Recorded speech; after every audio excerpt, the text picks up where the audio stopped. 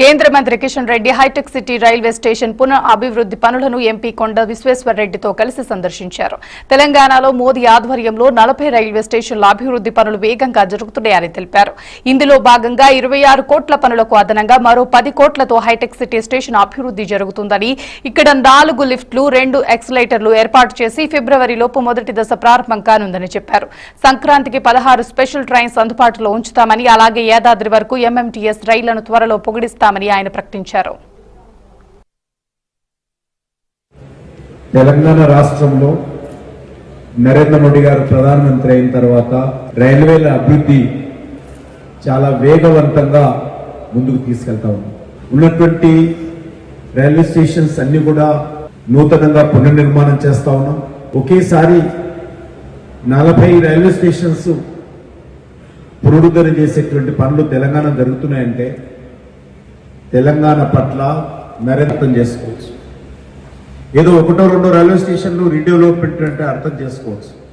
కానీ ఏకకాలంలో at a time 40 railway stations redevelopment చేస్తా ఉన్నాం. కోట్లాది రూపాయలు ఖర్చు పెడతా ఉన్నాం. అదే కాకుండా ఈ 40కి అదనంగా ఇటీవలనే Cherrapalli new terminal railway station కూడా మనం ప్రారంభించుకున్నాం. ప్రధానమంత్రి గారు స్వయంగా ఆ చెర్లపల్లి రైల్వే స్టేషన్ టర్మినల్ను మరి ప్రారంభించిన విషయం మనకు తెలుసు. హైదరాబాద్ నగరంలో 3 టర్మినల్స్ ఉన్నాయి. ఒకటి సికింద్రాబాద్, ఒకటి కాచిగూడ, ఒకటి నాంపల్లి హైదరాబాద్ అంటారు.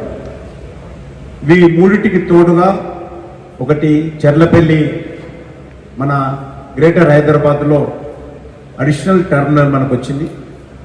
దాన్ని ఈరోజు మనము డెడికేట్ చేసుకున్నాం. ప్రధానమంత్రి గారు స్వయంగా వచ్చారు. గత 3-4 ఏళ్ల సంది రైల్వేస్ గురించి ఏ కంప్లైంట్ వచ్చినా రైల్వేస్ రియాక్టివ్గా కాక ప్రొయాక్టివ్గా పనిచేస్తుంది నేను గమనిస్తున్నాను. అడిగినవన్నీ చేస్తున్నారు, సాధ్యమైనవన్నీ చేస్తున్నారు. కానీ కొన్ని అడగని కూడా దృష్టిలో పెట్టుకొని చేస్తున్నారు. ఇది కేవలం ఇక్కడనే కాదు, తాండూర్, వికారాబాద్ నుంచి హైటెక్ City. In high-tech city, we have so many requests. Sir, we want this stopped here, sir, that train stopped here. But one is the modernization through Amrit stations. And I'm proud to say, in my constituency, there are 4 Amrit stations.